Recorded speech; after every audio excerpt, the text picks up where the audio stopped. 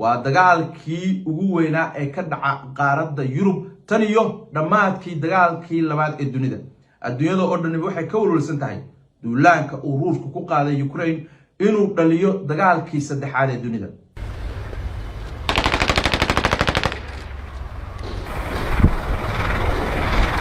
madaxweynaha dalka Ruushka Vladimir Putin ayaa saaka hiirti waa bari markay saacadda Moscow ahayd 6 ku dhawaaqay dalkiisu inuu howlgal military oo gaar ka fulin doono dalka ay deriska yihiin ee Ukraine. wuxuu ku amray ciidamadiisa inay gudaha u galaan Ukraine oo ku sameeyaan hubka dhigis. dhowr daqiiqadood ka bacdi ciidamada dalka Ruushku waxa ay ka duqeeyeen Ukraine cirka badda iyo dhulka iyagoo isticmaalaya gantaalada ballistiga iyo kuwa cruise-ka ee laga gano meelaha fog. wasaaradda difaaca Ruushku waxa ay sheegtay inay bartilmaameedsadeen oo kaliya xarumo military isla markaana ay markiiba burburiyeen ciidamadii cirka Ukraine iyo nidaamkii difaaca hawada ee dalkaas. sidoo kale ciidamada dhulka ee Ruushku waxa ay ka galeen dalka Ukraine 3 jiho oo kala ah gacanka Crimea oo horey Ruushku uga qabsaday Ukraine, xuduudda uu isagu la leeyahay Ukraine iyo xuduudda dalka Belarus uu la leeyahay Ukraine. waa dagaalkii ugu weynaa ee ka dhaca qaaradda Yurub tan iyo dhamaadkii dagaalkii labaad ee dunida. adduunyada oo dhan waxay ka walwalsan tahay duulaanka uu Ruushku ku qaaday Ukraine inuu dhaliyo dagaalkii saddexaad ee dunida. waa Shiina culay oo doonaya inuu si joogto ah maanta iyo maalmaha soo socdaba haddii Ilaahay ogolaado uu idinka warbixiyo dagaalka uu Ruushku ku qaaday Ukraine. waxaa ka codsanaya inaad si joogto ah u xiraato channelka aan ku leeyahay YouTube, barteeda Facebook, isla markaana aad sii share garayso warkan oo sii gaarsiiso Soomaalida kale. madaxweyne Putin saaka waxa uu amray ciidamadiisu inay gudaha u galaan dalka Ukraine, dalkaas oo uu ayaamihii iyo wiigagii ugu dambeeyayba ka taagnaa xiisad weyn isaga oo markiisii hore toba ciidamo gaaraya 160,000 in ka badan dhoobe xuduudda uu la wadaago. sidoo kalena ciidan ka badan 30,000 oo askari hore u geeyay dalka Belarus oo isaguna xuduud leh dalka Ukraine balse xulifo dhow ay yihiin Moscow. madaxweynuhu markii uu amray ciidamadiisa inay gudaha u galaan dalka Ukraine waxa uu ku sababeeyay duulaanka uu ku qaaday Ukraine in dawladda Ukraine ay rabto inay weerarto isla markaasna xasuuqdo dad Ruusha oo ku nool bariga dalka Ukraine oo iyagu inta badan taabacsan Ruushka. madaxweyne Putin waxa uu ku eedeynayaa gaashaanbuurta NATO ee uu Mareykanku hogaamiyo inay uga baxeen ballanqaad ay horey ula galeen Ruushka xilligii uu ahaa midowgii Sovieti, kaas oo dhigayay inaysan gaashaanbuurta NATO isku soo fidin doonin bariga Yurub marka uu ka baxo midowgii Sovieti. markii uu burburay midowgii Sovieti waxa uu Ruushku ku andacoonayaa gaar ahaan madaxweyne Putin in gaashaanbuurta NATO dalalkii Ruushku soo baneeyay ay isku soo fidiyeen, haddana ay doonayaan inay isku soo fidiyaan oo gaashaanbuurta NATO ay ku daraan dalka Ukraine, taasoo aaminsan yahay inay khatar ku tahay ammaanka qaranka dalka Ruushka, isagoo muddo dheer ka digayay inay tahay khad cas oo aysan ahayn gaashaanbuurta NATO inay soo gasho. halka gaashaanbuurta NATO ay ku doodaysay in dalka Ukraine iyo dalalka kale ee bariga Yurub ay iyagu xaq u leeyihiin inay si xor ah u xushaan gaashaanbuurtii ama dalkii kale ee ay la noqon lahaayeen xulufo. madaxweyne Putin oo indhoweytaba arrimaha ka caraysnaa isla markaasna ugu baaqayay Mareykanka iyo NATO inay ka baxaan bariga Yurub ayaa maanta goostay inuu weeraro dalka Ukraine iyadoo muddo dheer la filayay inuu dalka gali doono. weerarkii maanta waxa uu ku bilaabmay in saaka hiirti waa bari Ruushku uu dalka Ukraine ka duqeeyay dhinaca cirka, badda iyo dhulka. waxay u adeegsadeen gantaalada ballistiga iyo kuwa cruise-ka ah. gantaaladaas oo laga soo gamayay dhulka iyo cirka maraakiibta maxaa ku raday doomo badda taagan iyo diyaarada cirka marayay. gantaaladaasi marka ay duqeeyeen dalka Ukraine oo ay si xun u dhaawaceen oo u kala dhantaaleen agabkii dalkaas iyo xarumihii military ee ciidamada Ukraine laga maamulayay, markiiba waxa daba socday in ciidamada dhulka ee Ruushku ay 3 jiho ka galeen dalka Ukraine, gacanka Crimea oo horey Ruushku uga qabsaday iyo xuduudda weyn ee Ruushku la leeyahay dalka Ukraine, iyadoo lagu soo waramayaba in markiiba Ruushku uu qabsaday magaalada labaad ee dalka Ukraine ugu weyn oo la yiraahdo Kharkiv. sidoo kale ciidamada badda ee Ruushku waxa ay ka degeen oo ay hadda galeen sida wararku ay sheegayaan labada magaalo ee istiraatiijiga ah ee la kala yiraahdo Mariupol iyo Odessa. labada magaaloba waxa ku badan waxa ay dhacaan bariga iyo koonfurta Yurub, waxa wada Ukraine, waxaana ku badan dadka ku hadla ama asal ahaan ka soo jeeda dalka Ruushka. sidoo kale ciidamo Ruushku hore u geeyay wadanka Belarus oo gaarayay 30,000 oo si weyn u qalabaysan ayaa iyaguna saaka soo weeraray dalka Ukraine oo dhinaca Belarus ka soo weeraray. ciidamadaasi waxa ay ku socdaan sida la sheegayo caasimada dalka Ukraine ee Kiev oo iyadu masaafo 100 mayl aan ka badnayn u jirta xuduudda Ukraine ee la wadaagto dalka Belarus. madaxweynihii dalka Ukraine Volodymyr Zelensky isaga lama oga meesha uu ku soo hogan yahay, laakiin shir jaraa'id oo uu qabtay waxa uu sheegay inay isdifaaci doonaan in Ruushku soo weeraray iyo inuu dalka ku soo rogay xaalad degdeg ah. waxa uu ka codsaday dalalka reer galbeedku inay gurmad la soo gaaraan, inkasta oo waxa ay tari karaan dalalka reer galbeedku Ukraine ay hadda tahay sida la aaminsan yahay wax kooban. ciidamada marka wararku waxay sheegayaan ciidamadii dalka Ukraine inay kala daateen markiiba.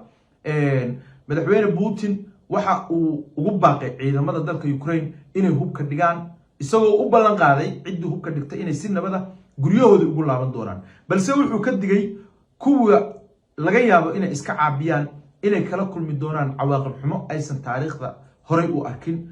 isaga oo sheegay Ruushku inuu diyaar u yahay inuu qaado talaabo kasta oo uu maxaa ku dhahday uu ku xaqiijinayo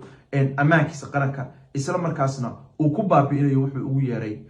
cadowgiisa. waxa la sheegayaa marka ciidamadii dalka Ukraine inay kala daateen iyadoo diyaarado dagaal oo Ukraine ay leeyihiin ay durba isu dhiibeen oo ka degeen dalka Romania. walow wasaaradda difaaca dalka Ukraine oo mar website-keeda hawada laga saaray ay iyadu sheegayso inay ciidamadeedu ay isdifaacayaan, iyadoo sheegtay inay durba qabsadeen dib u qabsadeen magaalooyinka Mariupol iyo Odessa, laakiin adduunyadu dhan waxay aaminsan tahay ciidamada dalka Ukraine inaysan u babacdhigi karin ciidamada dalka Ruushka oo ah kuwa labaad ee dunida ugu awoodda badan, oo xataa Mareykanka iyo gaashaanbuurta NATO aysan doonaynin inay dagaal galaan. gaashaanbuurta NATO iyo Mareykanka iyo midowga Yurub oo iyagu xulufo la ah dalka Ukraine isla markaana doonayay dalka sanooyinkii ugu dambeeyay inay ku soo dabaalaan oo dhinacooda u soo jiidaan, waxa ay leeyihiin waa taageerayna dalkaas. hore waxay u siiyeen kaalmo military, laakiin waxay meesha ka saareen inay ciidamo difaaca u diraan bacdama aysan xubin ka ahayn dalka Ukraine gaashaanbuurta NATO. Mareykanka iyo midowga Yurub iyo dalalka xulfada la aba hadda waxay qorsheynayaan inay cunaqabatayn ku soo rogaan dhaqaale dalka Ruushka. wax intaa dhaafsiisan ma samayn karaan, lamana garan karo saameynta ay yeelan karto cunaqabatayntaasi, laakiin waxa hubanti ah in cunaqabatayntaasi aysan Ruushka ka joojinayn hadafka uu ka leeyahay Ukraine oo ah inuu dib u qabsado oo maxaa ku raacday uu halka ka soo dhiso dawlad isaga taabacsan, iyadoo laga baqayo ama la aaminsan yahay hadafka madaxweyne Putin inuu yahay inuu dib u soo celiyo quwadii dalka Ruushka isagoo haysta awoodii military ee uu sida ku yeeli lahaa. laakiin muddo dheer waxa hortaagnaa caqabado dhaqaale. hadda waxa la sheegayaa in uu saaxiibnimo dhow la yeeshay dalka China oo xuduudiisa dhaqaale ay soo kortay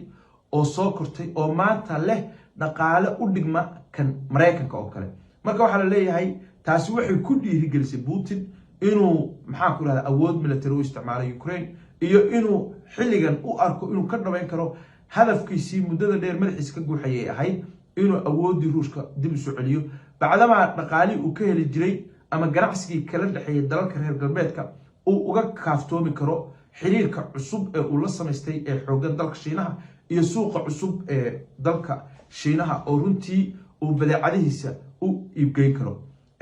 midowga Yurub iyo dalalka reer galbeedku waxa ay ka walwalsan yihiin cunaqabataynta ay saaraan dalka Ruushka waxa uu kaga jawaabi doono, iyadoo la aaminsan yahay dalkaasi haddii la saaro cunaqabatayn gaar ahaan dhinaca tamarta ama dhinaca nidaamka Soomaaliyada ee bankiyada ah inuu isaguna kaga jawaabo cunaqabatayntaas loo arko inay tahay mid Ruushka markaba si daran u saameynaysa, inuu kaga jawaabo inuu joojiyo gaaska iyo saliidda uu u soo iibgeeyo qaaradda Yurub ama midowga Yurub, taas oo runtii wadamada midowga Yurub dhaawacaysa dhaqaale ahaan isla markaasna khalkhal gelinaysa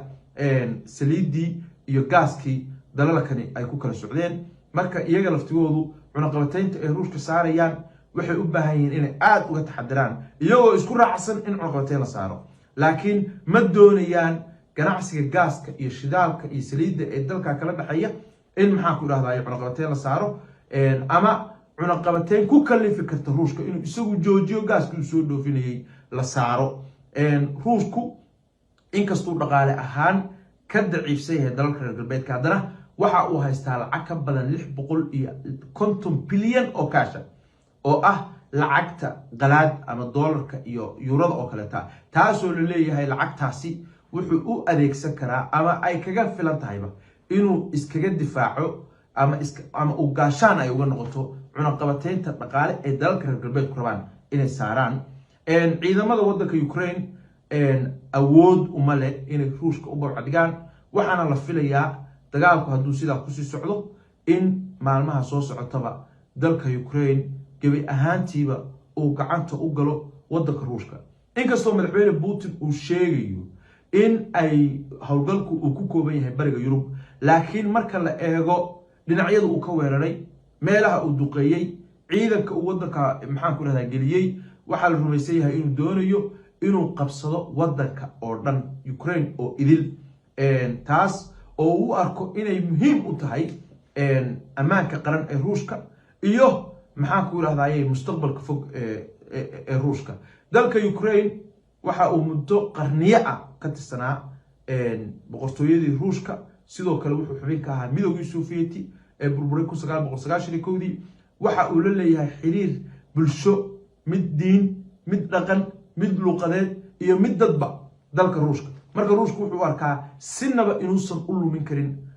dalka Ukraine sidoo kale ruushka oo aaminsan kadib burburkii midowgii Sovieti in lagu sameeyay bahdil inaan la ixtiraamin in dalalkii uu isagu markiisii horeeyay uu saameyntii galaagalka ku lahaa ee bariga Yurub ay gaashaanbuurta NATO si fudud isugu soo maxaan ku raadayay isugu baahisay isla markaasna ay dalalka u dhigtay hub ay u isticmaali karaan mustaqbalka haddii ay la dagaalamaan dalka ruushka ama ay ku soo ridi karaan gantaaladiisa nuclearka waxa uu aaminsan yahay madaxweyne Putin in hadda la joogo xilligii ruushku uu dib u soo kaban lahaa isla markaana uu dib gorgortan ula gelin lahaa gaashaanbuurta NATO oo ay tahay xilliga kan in ixtiraam la siiyo saas uu aaminsan yahay dagaalkaasi ka socda Ukraine oo hadda ruushku uu ku soo qaaday adduunka oo dhan buu saameynaya waa laga walwalsan yahay waxaana laga cabsi qabaa inuu dagaalkii saddexaad ee adduunyada uu maxaa ku dhahday uu dhaliyo suuqyadii dhaqaalaha adduunka hoos bay u dhaceen isla markaasna qiimihii shidaalku cirku isku soo shareeray bacdama ruushku uu ka mid yahay dalalka ugu badan ee dibadda u dhoofiya shidaalka waana dalka labaad marka laga soo tago Sacuudiga ee dhoofiya shidaalka sidoo kale waa dalka koowaad ee adduunka soo saara isla markaana dhoofiya gaaska oo Yurub aad ugu tirsan tahay marka dagaalkaasi runtii adduunyada dhan buu saameynaya waxaana la aaminsan yahay inuusan ku ekaan kareynin dalka Ukraine wadamada bariga Yurub dhaca ee gaashaanbuurta NATO ka tirsan sida Poland Latvia Lithuania ama Romania oo kale waxay ka baqayaan oo ka cabsi qabaan haddii ruushku uu qabsado Ukraine inuu iyagana maxaa ku raadayay ku soo gardaroon doono oo laga yaabo mustaqbalka inuu talaabo military ka qaado taas cabsida darteed ayay Poland iyo Latvia wadamada Baltiku ay maanta u codsadeen inay gaashaanbuurta NATO shir degdeg ah isugu timaado shirkaas oo markiiba ay ka soo baxday in gaashaanbuurta NATO ay kordhiso ciidamada ka jooga bariga Yurub golaha ammaanka qaramada midoobay ayaa iyaguna isugu iman doona shir degdeg ah laakiin golahaas ayaa la filayaa inaysan wax talaabo ah ruushka ka qaadin qaraar loo dhayahayna aysan ka soo saarin xaaladda dalka Ukraine iyo duulaanka ruushka ku qaaday bacdama ruushku uu ka mid yahay shanta dal ee diidmada qayaxan codka veto kula golaha ammaanka oo uusan ogolaaneyn marna qaraar isaga lagu cambaareynayo ama wax looga qabanayo inuu golaha ka soo baxo ruushka dalalka reer galbeedku sinaba uma babacdhigi karaan sababtoo ah waa quwadda labaad adduunka ugu weyn waa dalka haysta hubka nuclearka adduunka ugu badan dagaal kasta oo gaashaanbuurta NATO iyo ruushka dhex marana wuxuu noqon doonaa mid ay isku baaba'aan oo dunidana ay ku eersadaan oo aan la mahadin waa shiino culay oo si joogto ah saacadba saacadda ka dambaysa idinla soo socodsiin doona wararkii ugu dambeeyay ee Ukraine iyo duulaanka Ruushku qaaday. Assalaamu calaykum waraxmatullaahi wabarakaatuh.